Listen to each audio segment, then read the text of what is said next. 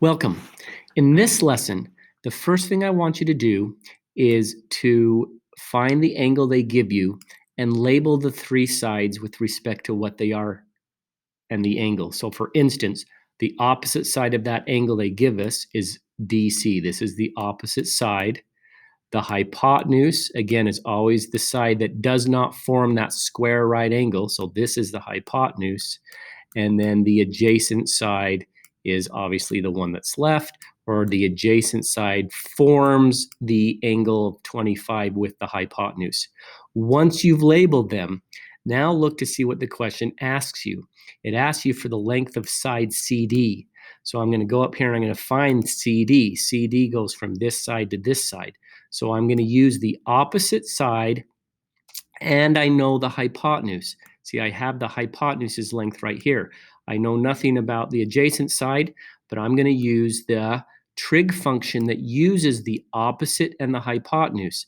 So if you don't have the three trig functions written down, definitely write down that the sine of an angle is always the opposite side, which is going to be my side DC, over my hypotenuse, which is going to be 7.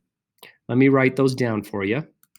So I've written those three ratios down on this right here. The sine of A is opposite over hypotenuse, cosine of A is adjacent over hypotenuse, and tangent of A is equal to opposite over adjacent.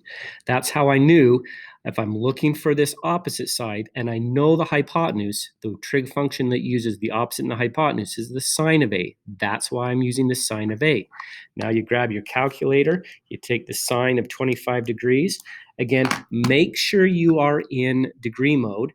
But the sine of 25 degrees is 0.4226, and then that's equal to the length of DC. So remember, that's not two variables. That's not D times C. That's just length DC over 7.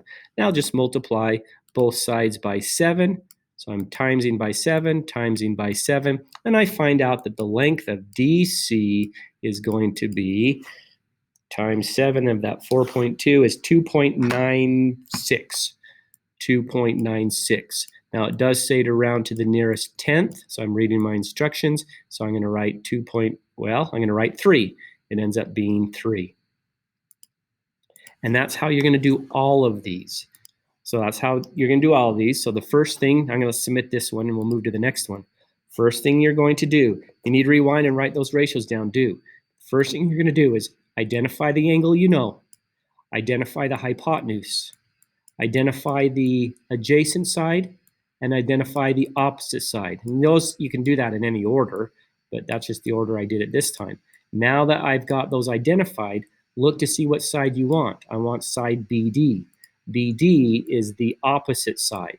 So I need to use the opposite. And what side do I know?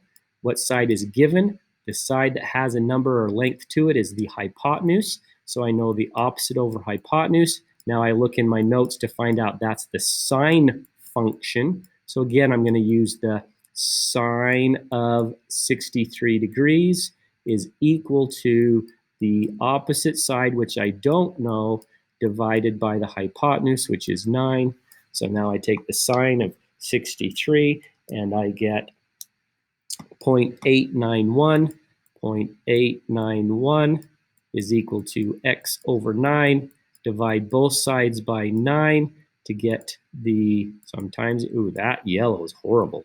Timesing by 9, I'm still on yellow, timesing by 9, both sides of the equation, and I get 8.0 if I round to the nearest. Apparently they're trying to make them come out to nice integers because it says round to the nearest tenth though, but it's 8.01. 8.01 rounds to 8.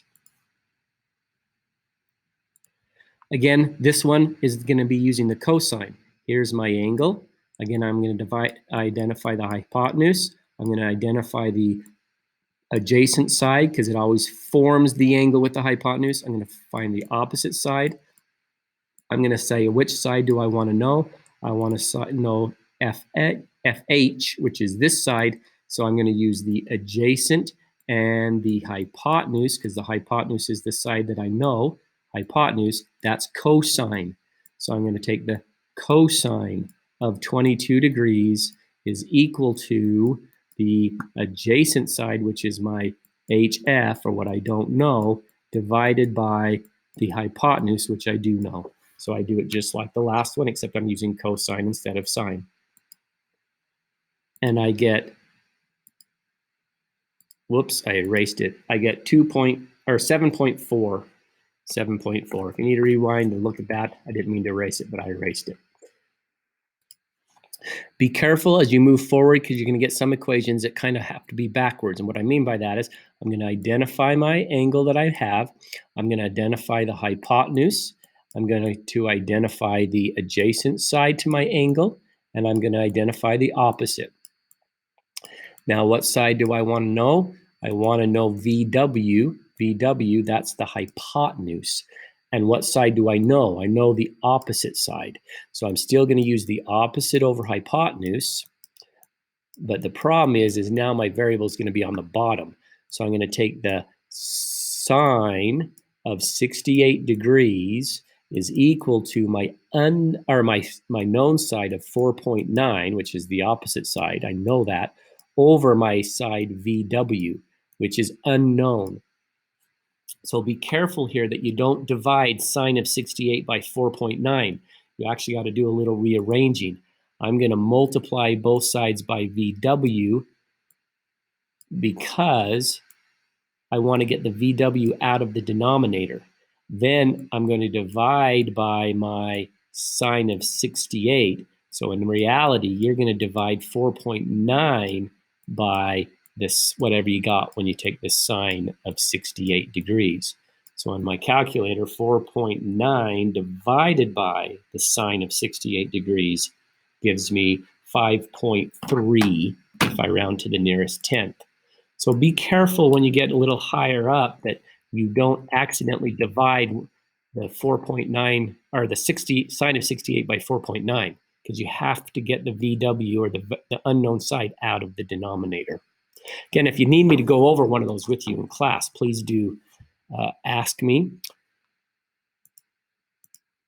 We're going to do one more, because this one uses the tangent function instead of the sine or cosine. Now, how I know that is here again, this is how we decide what trig function to use. Look at your angle you're given. Find the hypotenuse, which is always the side that does not form the right angle. Find the adjacent side, which is always the side that forms the angle you're looking at and the hypotenuse, and then the opposite side. And if you notice, what it's asking for FG. FG here is the opposite side, and we know the adjacent side. So what trig function uses the opposite side divided by the adjacent side? That's the tangent function.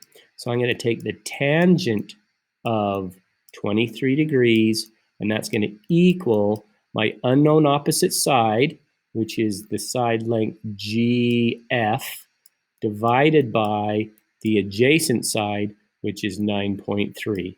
So again, what I'll do is I'll take the tangent of 23, and then I take that 0.42447 and times it by 9.3, and get 3.9 for my solution. If you have any questions, please do bring them to class, and I will help you.